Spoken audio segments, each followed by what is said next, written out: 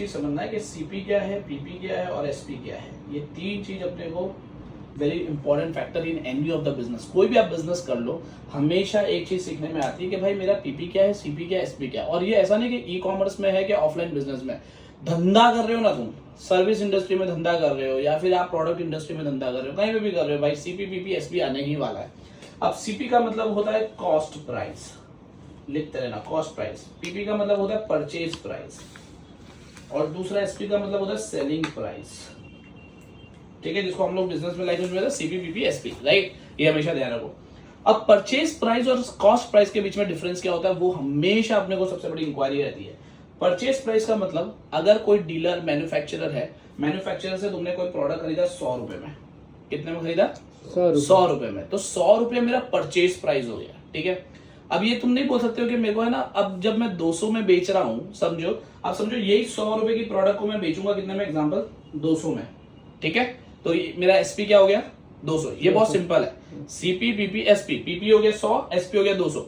लेकिन अब बात आती है कि मैं मार्जिन निकालना है कि भाई मैंने 100 रुपए का प्रोडक्ट लिया है, 200 में बेचा, तो क्या मेरे को डायरेक्टली 100% का मार्जिन मिल गया, कि मैं 50% का मार्जिन मिल गया, कि 25% का मार्जिन मिल गया, मैं कमा लिया? नहीं।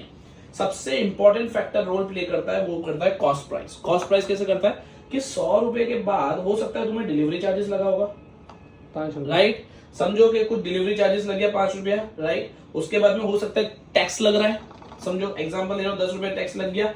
हो सकता है कि कुछ मजदूर लेबर का आपने कोई कॉस्ट दे दिया, या फिर फैन का खर्चा गिन लिया, एसी का खर्चा गिन लिया, ऑफिस का खर्चा गिन लिया, रिटर्न का खर्चा गिन लिया, XYZ हेल्प कोई भी खर्चा हो रहा है, मैंने गिन लिया कि भाई मेरे को नहीं करके 5% एक्स्ट्रा या 10% एक्स्ट्रा मेरे को उसके ऊपर ओवरहेड्स लगने वाले हैं। तो मैं क्या करूंगा, 100 रुपए के बाद में मेरा उधर से इधर आने का कॉस्ट प्राइस समझो कि 2 रुपए हुआ, इलेक्ट्रिसिटी, स्टाफ का खर्चा, सारे खर्चे निकालने के बाद जो हम सीपी पे एक्चुअली नहीं गिनते, वो अलग से गिनते, लेकिन कॉस्ट प्राइस में मैं एक आइडिया दे देता हूँ कि आपके पास क्या क्या खर्चा है।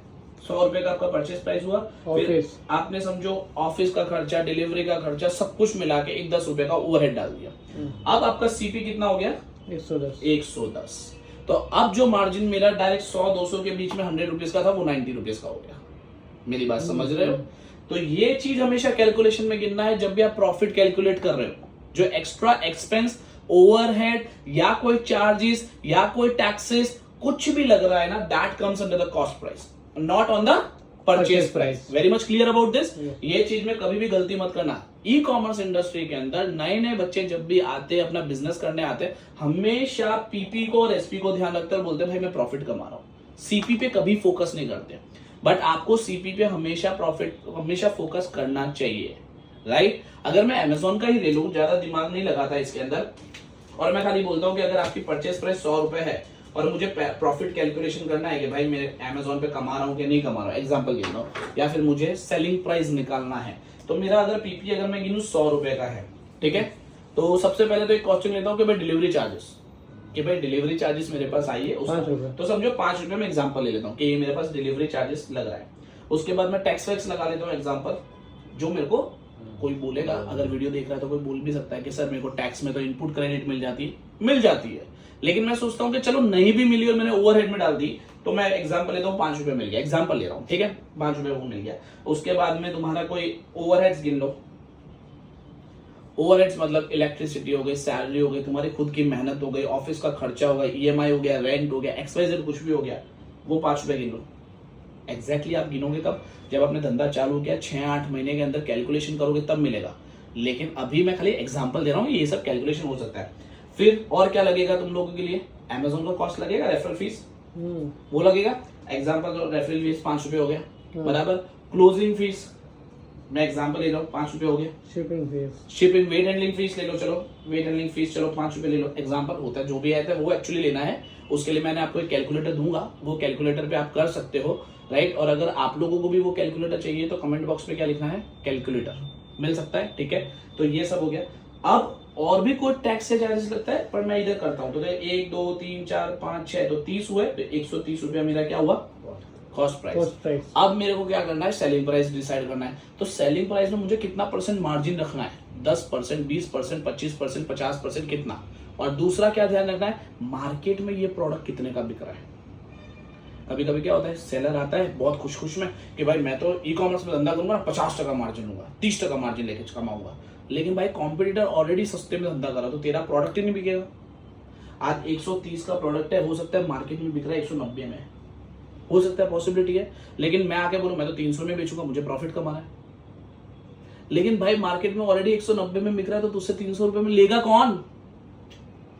समझ में आ रहा है? तो सबसे पहले मेरी चार्जेस क्या रहनी चाहिए, मुझे ऐसे प्रोडक्ट ही डिसाइड करना है कि भाई मेरे घर पे कितने में पड़ता है। ये प्रोडक्ट आइडेंटिफिकेशन में भी हेल्प करेगा तुम लोगों को। आज तुम TWS बेचने जा रहे हो मार्केट के अंदर, तुम बोलोगे बोट ऑलरेडी सस्ते में बेच रहा है, निर्वाणा करके जो प्रोडक्ट बेच रहा है वो उसका ऑलरेडी हॉट प्रोडक्ट है, अभी जोरदार बिक रहा है, फुल इंस्टाग्राम पे सब जगह ऐड चल रही है, सब कुछ चल रही है, उसका धंधा भी हो रहा है बाकायदा। अब वही चीज 899 में बेच रहा है और तुम बोलो भाई मैं तो TWS 2000 के नीचे नहीं बेचूंगा, तो तुम लोग का बिकेगा? नहीं बिकेगा। वो सबसे पहले तो खुद की ब्रांड है, लोग उस पर ट्रस्ट कर रहे हैं, लोग उसका माल खरीद रहे हैं। समझो 5% लोगों को हटा दो, पर 90-95% लोगों सेटिस्फाइड भी हो रहे हैं, यानी मार्केट में चल रहा है। अब मेरे को इस पूरी मछली के अंदर कूदना है, इस पूरे समुद्र में कूदना है और धंधा करना है, तो सबसे पहले मुझे ऐसे कुछ प्रोडक्ट इंट्रोड्यूस करने पड़ेंगे जो 899 से सस्ता है, क्योंकि India is always a price sensitive market. मेरे को पहले कस्टमर को आदत पाड़नी पड़ेगी, जो अपने पहले डिस्कशन किया था। समझ में आ रहा है? इसीलिए ऐसे ही नॉलेज के लिए आपको क्या करना है, यूट्यूब चैनल को सब्सक्राइब करके इंस्टाग्राम को फॉलो करना है। Thank you so much.